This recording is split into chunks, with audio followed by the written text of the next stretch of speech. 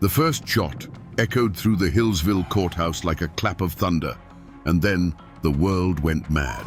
In less than 90 seconds, a judge, a sheriff, and a Commonwealth's attorney lay dead on the blood-slick floor, victims of a furious volley of gunfire. The newspapers across the nation screamed of a savage mountain clan, an insurrection against civilization itself. But for the people who lived and breathed the thin, cold air of the Blue Ridge Mountains, they knew the truth was far more complicated. What pushes a man to declare war on the law in the very temple of justice? Today, we separate the legends from the facts to uncover the story of the Allen clan and the epic manhunt that tore a community apart. Before the gun smoke and the blood, there was the land. Carroll County, Virginia, was a world unto itself, a kingdom of mist-shrouded ridges and deep, shadowed hollows carved by creeks 1,000 years old.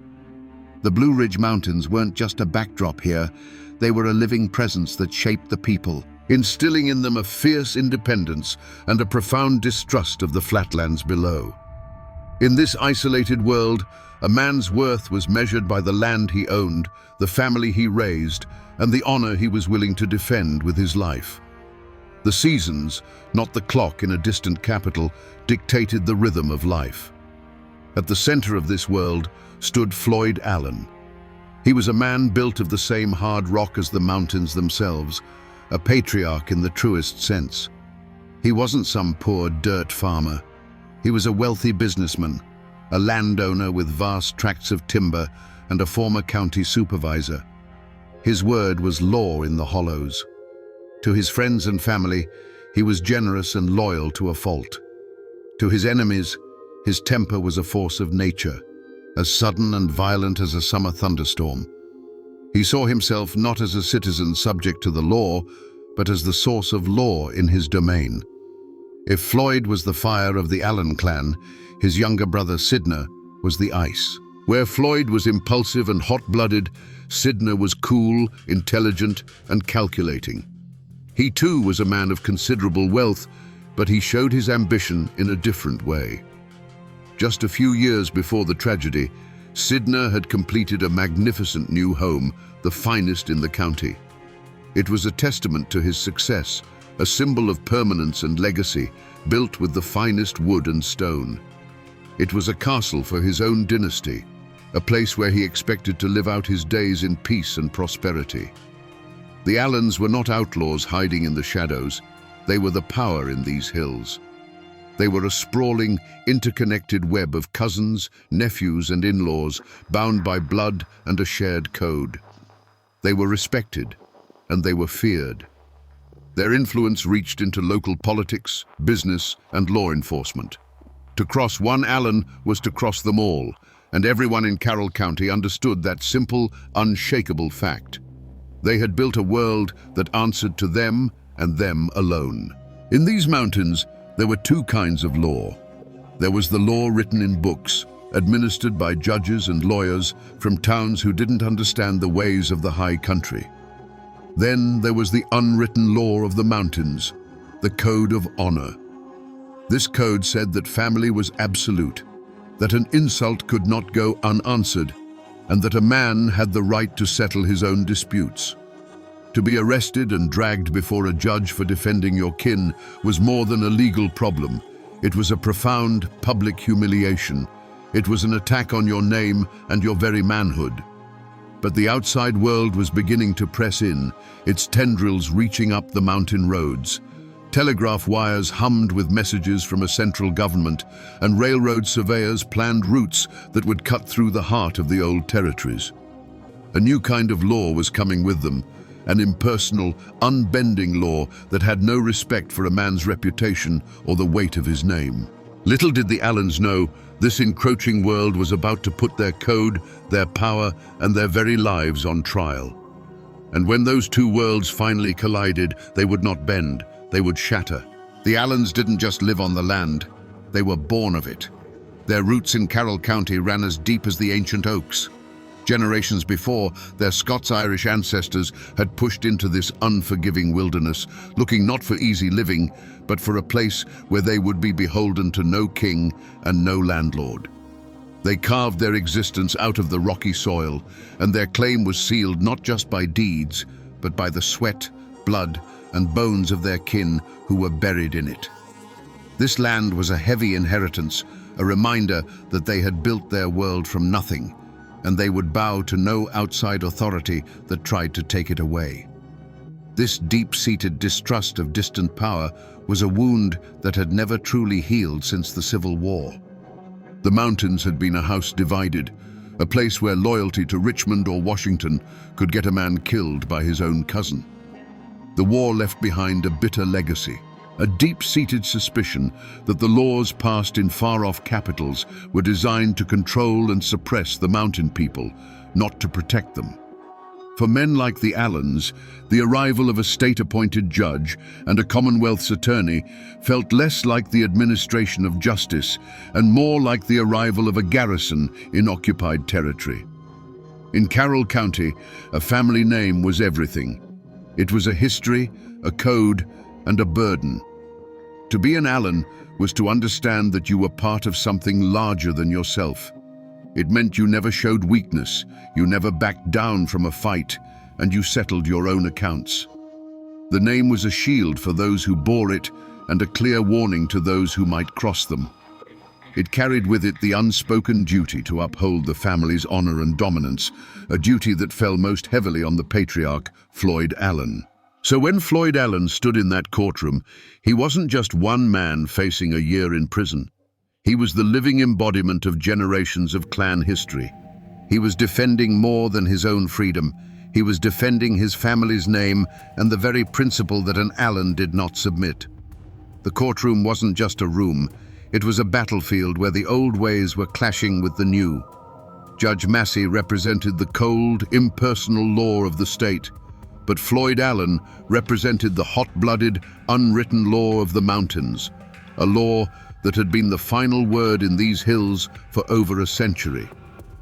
In the weeks leading up to Floyd Allen's trial, Carroll County was holding its breath. This wasn't just about one man's freedom, it was a reckoning. In the general stores, in the churches, and in the dark corners of saloons, the lines were being drawn. To speak in favor of the court was to risk the wrath of the Allen clan. To defend the Allens was to mark yourself as an enemy of the state's progress. Families who had been neighbors for generations suddenly looked at each other with suspicion. The air grew thick with a poison that had been seeping into the soil for years. This wasn't the first time the Allens had clashed with the law. There were stories, old fistfights at county fairs that were settled with a handshake instead of a warrant, disputed land claims where an Allen's fence post mysteriously moved overnight, and business deals where the other party always seemed to get the short end of the stick. More recently, there had been a simmering feud between Floyd and Sheriff Lewis Webb. Webb was a man determined to prove that no one was above the law, and he had made a point of arresting men connected to the Allens for minor infractions. Each arrest was a small poke at the bear, a test of power that Floyd saw as a direct personal challenge to his authority. Whispers spread through the hollows like wildfire in a dry season. People said Floyd Allen had sworn an oath that he would never spend a single night in a penitentiary cell. Others claimed that Judge Massey had been warned not to even come to Hillsville, that the Allens had already passed their own sentence on him. Rumors flew that Allen men were buying up every box of cartridges they could find, and that friends of the family were quietly making their way toward the county seat, their rifles cleaned and ready. Whether these rumors were true or not didn't matter. They created an atmosphere of inevitable violence. The trial became less about the law and more about a final, decisive confrontation. Everyone in the county, from the lowest tenant farmer to the wealthiest merchant, felt it coming. They knew that the feud between the old mountain code and the new state law was about to be settled, and it would be settled not with gavels and law books, but with lead and blood. In the mountains, people listened to the whispers of the woods, and in the weeks before the trial, the woods were sending out warnings. Old-timers later swore that the winter of 1912 felt different, holding on with a bitter, unnatural cold. On the high ridges, Hunters claimed to hear a sound that hadn't been heard in decades, the chilling, woman-like scream of a painter, a mountain lion. To the mountain folk, it was a terrible omen, a cry from the land itself that blood was about to be spilled on its soil. It was as if nature was already mourning for the men who were about to die. The human omen arrived in Hillsville with polished shoes and leather briefcases. Judge Thornton Massey and Commonwealth's attorney William Foster were not mountain men. They were agents of a distant government, men who saw the world in the black and white text of law books. They walked into Carroll County with the confidence of men who believed they held all the power, that their authority was absolute and backed by the full might of the state. They could not understand that in these hills they were the outsiders.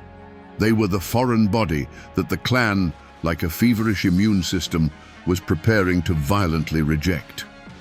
On the morning of March 14th, a heavy stillness settled over the town of Hillsville. Sheriff Lewis Webb felt it in his bones. He was a local man, caught between the two great forces. He knew Floyd Allen, and he knew the unbending pride that coursed through the veins of that family.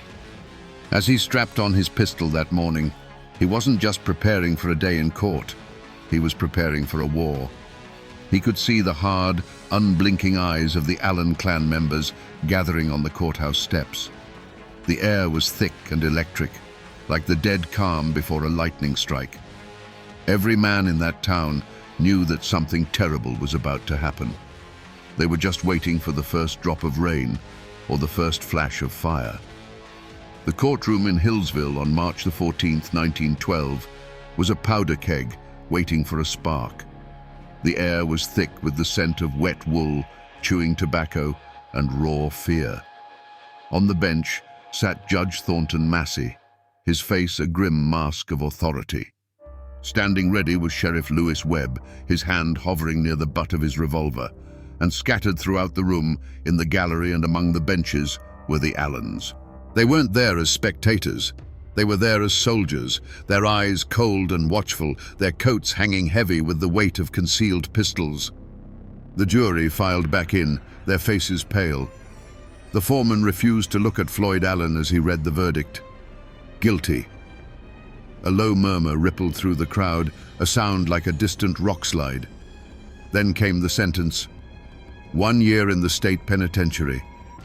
For a man like Floyd Allen, a patriarch who had ruled his corner of the world with an iron will, this was an unimaginable disgrace.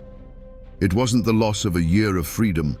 It was the public destruction of his honor, a declaration that his power meant nothing here. In that moment, something inside Floyd Allen broke. He rose slowly to his feet, his wounded pride radiating from him like heat. He looked not at the judge, but at the men of the court, the men of his county. And then he spoke the words that would ignite a war, a sentence that would be carved into the memory of those mountains forever. "Gentlemen," he said, his voice calm but edged with steel, "I ain't a-goin'." It was a declaration of independence.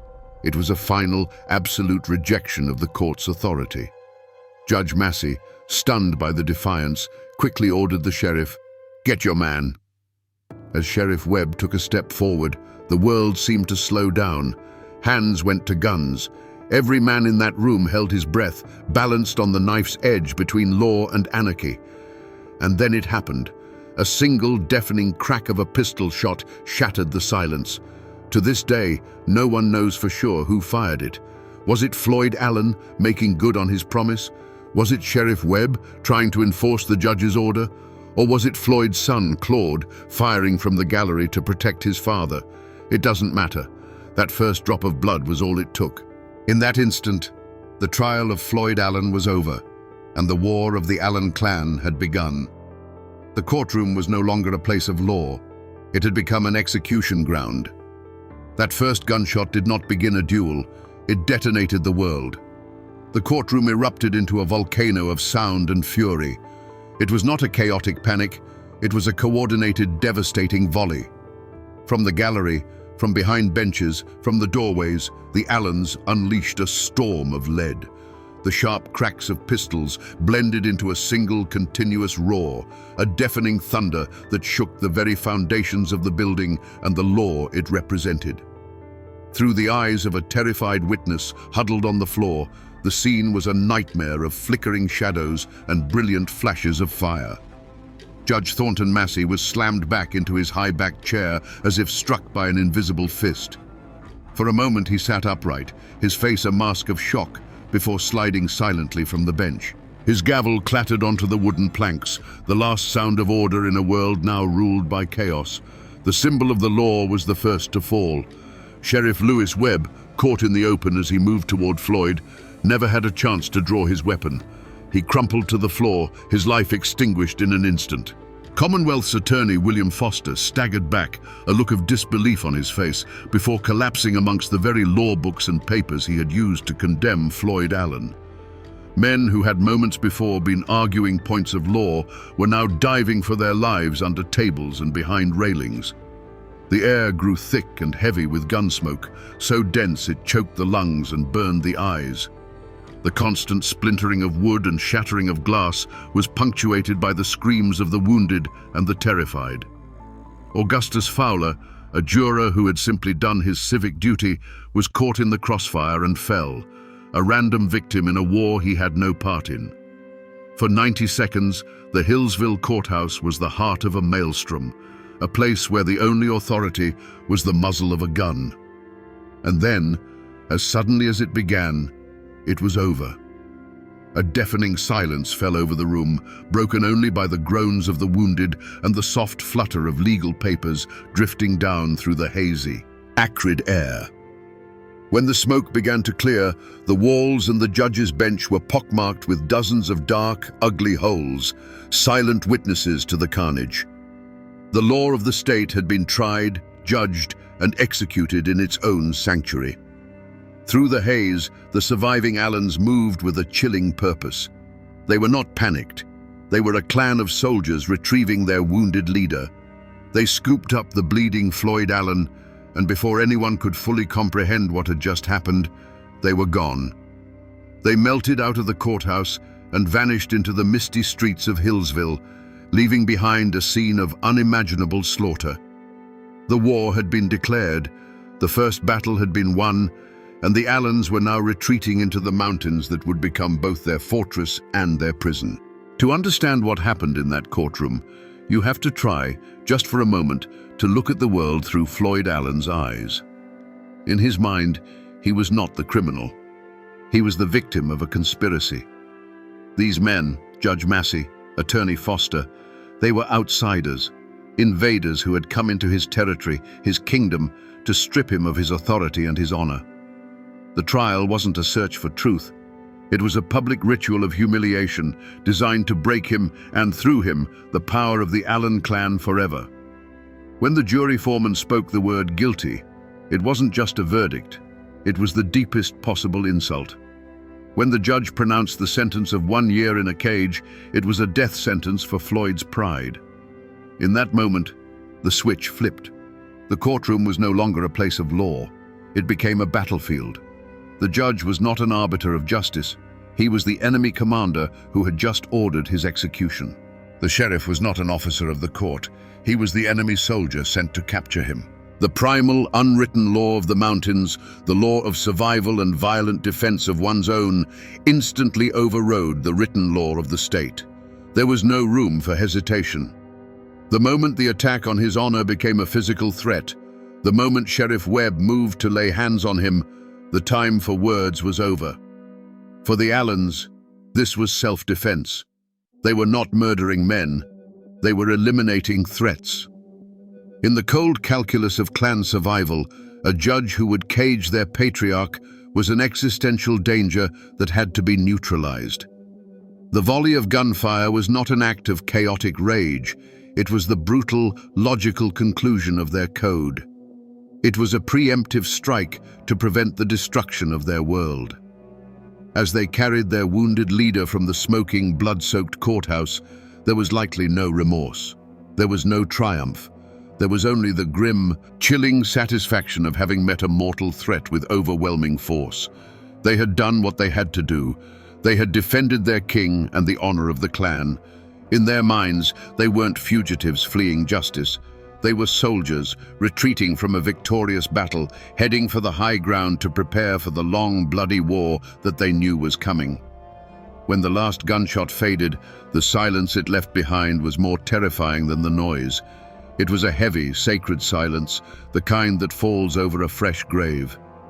In the courtroom, the survivors lay frozen on the floor, the ringing in their ears slowly giving way to the soft, wet sound of dripping blood. The air was a choking fog of gunsmoke, and through the haze, the afternoon sun cast long, dusty rays that illuminated a scene from hell. Overturned benches, scattered legal papers stained crimson, and the still forms of men who, minutes earlier, had represented the full authority of the Commonwealth of Virginia. Slowly, the bravest of the townsfolk crept toward the courthouse doors. They peered into the smoky darkness, and a wave of collective shock and horror rippled through them.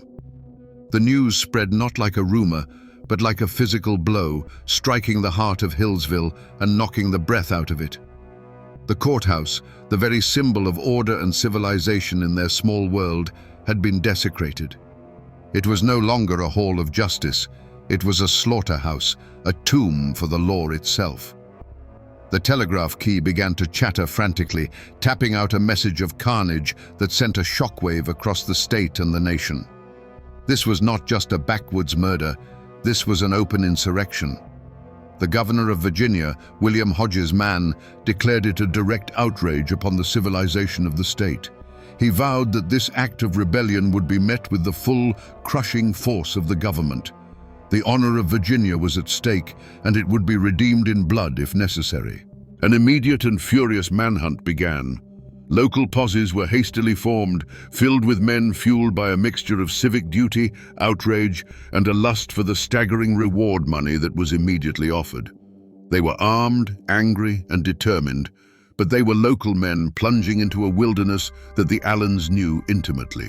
As the first groups of riders galloped out of town, they were heading not just into the mountains, but into the Allens world, where every ridge could hide a rifleman and every neighbor could be a spy. But while Hillsville was a whirlwind of chaos and the state was mobilizing for war, the Allens were already gone.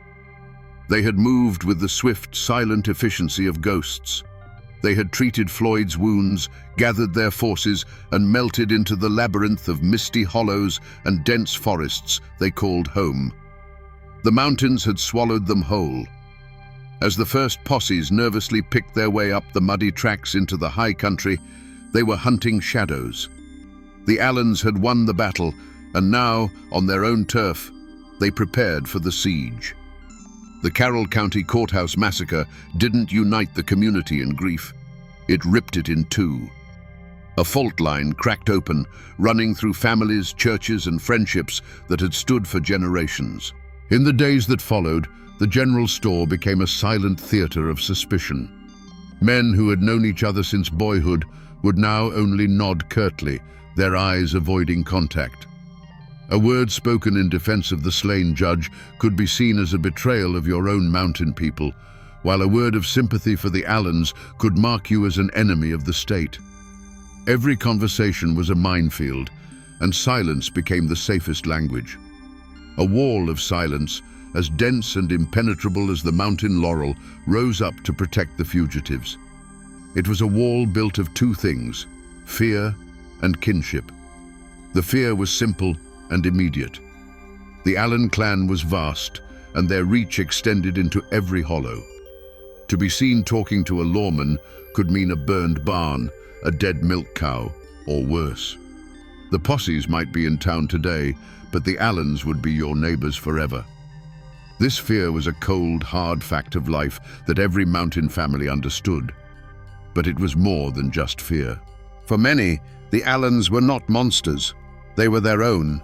They were men who had stood up against an arrogant outside law that sought to humiliate one of their patriarchs. The heavy-handed tactics of the first posses only deepened this resentment. When lawmen from the flatlands began kicking in doors and treating every mountain family as a potential conspirator, they weren't winning hearts and minds. They were proving the Allen's point. They were an occupying army, and many locals chose to side with their own, even if they were now branded as outlaws. This division wasn't abstract. It was written in small, secret acts of courage and cowardice. A cousin of the Allens would find a sack of cornmeal and salted pork left on a stump deep in the woods, a silent offering from a neighbor who dared not show their face. A farmer whose land bordered an escape route would see tracks in the mud and say nothing. At the same time, another man would look a deputy straight in the eye and swear on a Bible that he had been with one of the Allen boys miles away from the courthouse on the very afternoon of the shooting. These were not just lies. They were oaths of allegiance to the unwritten code of the mountains, a code that was now at open war with the laws of Virginia. The local posses were doomed from the start. They were good men, but they were hunting legends in a landscape that belonged to the legends. For weeks, they crashed through the underbrush, chasing rumors and echoes. The Allens were always one step ahead, phantoms in the mist. A warm campfire found abandoned, a footprint in the mud leading to a rushing creek. It was like hunting ghosts who knew every secret path, every hidden cave, and every sympathetic ear in 100 square miles. The great manhunt was becoming a great embarrassment, and the honor of Virginia was bleeding away with every passing day. Frustrated and furious, the state unleashed a new kind of predator on the Blue Ridge Mountains. They called in the Baldwin Felts Detective Agency, the infamous Pinkertons of the South. These were not local lawmen. They were cold-eyed professionals, manhunters for hire, known for their ruthless efficiency in the bloody coalfield wars. They arrived in Hillsville on a special train, clad in city clothes but carrying the deadliest weapons of the age, Winchester repeating rifles and semi-automatic pistols. They brought with them a cold, corporate style of violence, and they saw the mountains not as a home, but as a hostile grid to be systematically swept and cleared. With the Baldwin Felts agents in charge, the hunt became a brutal, grinding war of attrition. The dragnet tightened. Teams of detectives leading packs of baying bloodhounds pushed deep into the hollows. They moved with a chilling purpose, raiding farmhouses in the dead of night, kicking down doors and dragging men from their beds for interrogation. They cared nothing for the mountain code of conduct. To them, every silent farmer was a potential conspirator, every cabin a potential hideout. The mountains fought back against them. Sudden downpours washed away scents, confusing the dogs. The treacherous terrain lamed their horses and broke the axles of their wagons. The silent, watchful eyes of the mountain people followed their every move, and the forest itself seemed to conspire to hide its fugitive sons. The first major breakthrough came not from brilliant detective work, but from exhaustion and a tip-off. Floyd Allen, wounded and weakened, had been holed up in a cabin, his body too broken to continue the flight. A posse, led by the relentless detectives, surrounded the house at dawn. There was no final gun battle. Floyd, feverish and in pain, knew the game was up. He surrendered. The fiery Patriarch finally captured. His personal war brought to an inglorious end. His son Claude was captured soon after. The state had its prize, the man who had declared, "I ain't a-goin'." But as the detectives celebrated their victory, a chilling realization began to dawn on them. They had the lion, but the foxes had gotten away. The local posses had nabbed a few smaller members of the clan in the initial chaos. Now the Baldwin Felts men had the leader. But Sidney Allen, the cool-headed strategist, and his fiercely loyal nephew Wesley Edwards, the men many believed were the true masterminds of the courtroom escape, were nowhere to be found. The massive, expensive, and brutal hunt that had terrorized an entire county had failed in its most crucial objective. The shadows of the Blue Ridge had been searched, but the cleverest of the fugitives had simply vanished, as if the earth had opened up and swallowed them whole. The trial of Floyd and Claude Allen could never have been held in Hillsville. The ghost of Judge Massey still haunted that blood-stained room, and the town was a tinderbox of raw nerves and divided loyalties. Instead, the proceedings were moved to Wytheville, and the trial began under the watch of armed militia. Sharpshooters were posted on the courthouse roof, their rifles glinting in the sun. Inside, every spectator was searched for weapons. This was not a simple trial. It was a show of force, a demonstration by the state that its authority, once shattered, had been restored with steel and gunpowder. Floyd Allen was carried into the courtroom each day, a wounded lion in a cage. His body was broken, but his eyes still burned with the same defiant fire that had lit the fuse of the massacre. He showed no remorse, no fear. He sat there as a captured king, listening to the legal arguments of a system he had never recognized as his own. Beside him, his son Claude was a study in stoic loyalty, his face a hard mask, ready to share his father's fate. They were not begging for mercy. They were facing the consequences of their war, their silence a final act of defiance. The trial itself was a theater of conflicting truths. The prosecution, backed by the full power of the state, painted the Allens as savage anarchists, a clan of killers who had declared war on civilization. Their lawyers, in turn, fought back fiercely, arguing that the first shot had come from Sheriff Webb, that the Allens had been caught in a trap and had only fired to defend their patriarch's life. Witnesses took the stand, their hands trembling, their testimony often shifting like shadows depending on which lawyer was asking the questions. The truth of those 90 seconds was buried under an avalanche of fear, loyalty, and intimidation. But in the end, the outcome was never truly in doubt. The state needed a conviction. It needed to prove that its laws were supreme. The jury, after deliberating under immense pressure, returned with the inevitable verdict: guilty. Guilty of murder in the first degree. As the foreman spoke the words, a heavy silence fell over the packed courtroom. Floyd and Claude Allen received the news without flinching. They had gambled everything on their code, and they had lost. The sentence was death. Not by the rope, the old way of the mountains, but by the new, clean terror of the electric chair. It was the final, modern symbol of the state's power. But as the verdict was celebrated in the state capital, a deep and troubling question hung in the mountain air. Was this justice for the men who died in the courthouse? Or was it a calculated act of state vengeance, an execution designed to break the spirit of the mountains and make a terrifying example of the Allen clan? Was the state simply answering one massacre with another, more methodical one? The law of men had won its victory, but many felt it was a victory that left the scales of true justice unbalanced. The state of Virginia was not content with a verdict. It required a final, undeniable demonstration of its power. On a cold spring morning in 1913, Floyd and Claude Allen were led from their cells. They walked to the electric chair not as broken criminals begging for mercy, but as defeated soldiers facing a firing squad. They met their end with the same stoic defiance they had shown in the courtroom. With the pull of a switch, the fire of the Allen clan's rebellion was brutally and officially extinguished. The state had made its point.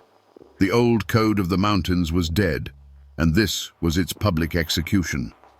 But while the state was executing its prisoners, two ghosts still haunted the law. Sidney Allen and Wesley Edwards had vanished. The great manhunt had failed.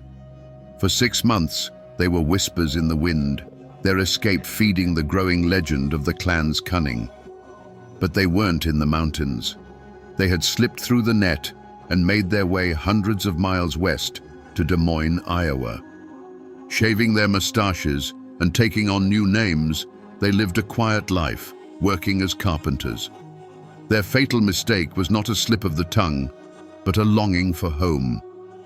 A letter, forwarded from a relative, was traced by a patient postal inspector. There was no grand shootout. On a quiet September morning, Baldwin Felts detectives and local police burst into their rented house and captured the two most wanted men in Virginia without a single shot fired. Their trial was a foregone conclusion. With Floyd and Claude already executed, the public's thirst for vengeance was largely slaked. Sidna Allen and Wesley Edwards were spared the electric chair, but were sentenced to long, hard years in the state penitentiary, a living death in a stone cage. They were sent away, and the state of Virginia closed the book on the Carroll County Massacre. The Allens were finally, completely broken. And here, my friends, the story takes its final, tragic turn. In prison, Sidna Allen, the cool-headed strategist, became a model prisoner. The fire that had fueled the feud seemed to have been quenched, replaced by a quiet, weary resignation. Years turned into a decade, and his health began to fail. In 1926, the governor, seeing a broken old man, granted him a pardon. Sidna Allen returned to Carroll County a free man, but he came back a ghost. He returned not to his magnificent home, which stood as a monument to a life that no longer existed, but as a shadow of his former self. He had outlived his world. 1 year later, Sidna Allen died, his freedom a brief, bitter epilogue to a life of power and ruin. With the leaders of the clan dead or in chains, a heavy, deliberate silence settled over Carroll County. The story of the courthouse massacre was not something to be discussed. It was a wound too deep, a memory too divisive. People had to go on living together, had to trade at the same stores and attend the same churches. And so, the story was buried. It was locked away in the attic of the community's memory, an unspoken horror that everyone knew was there, but no one dared to mention.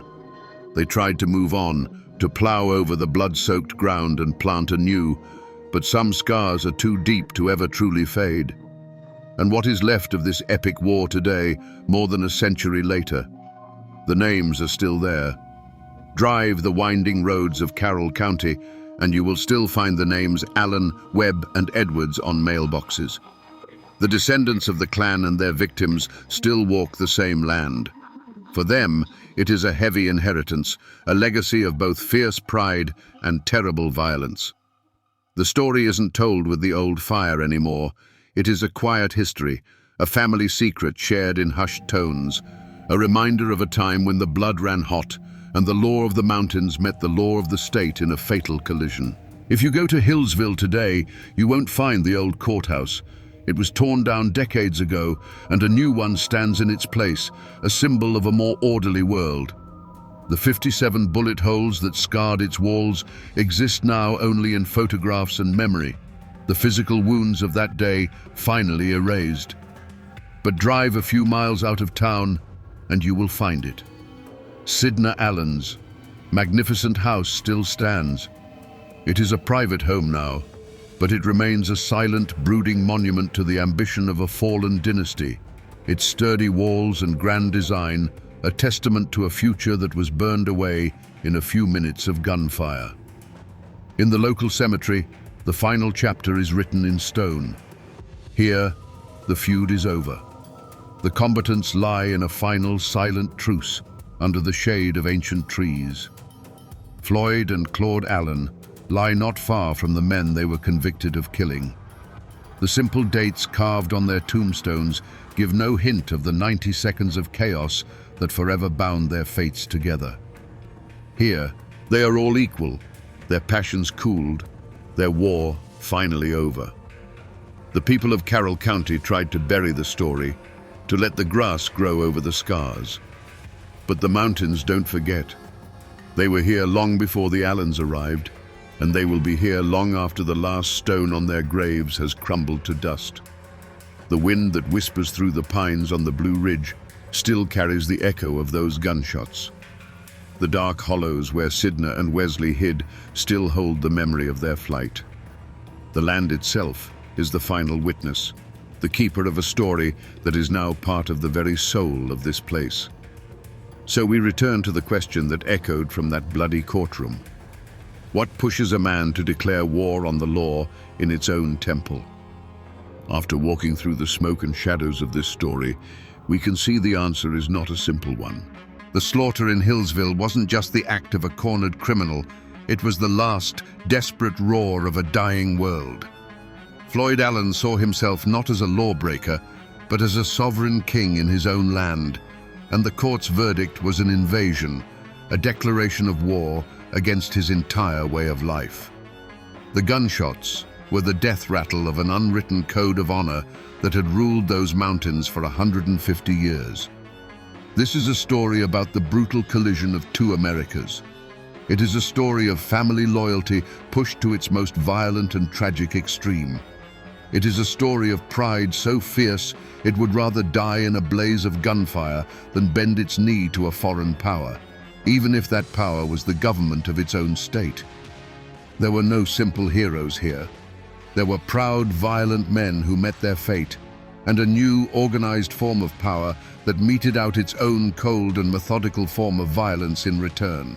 The manhunt for the Allen clan became a legend, a defining myth of Appalachia's transition into the modern world.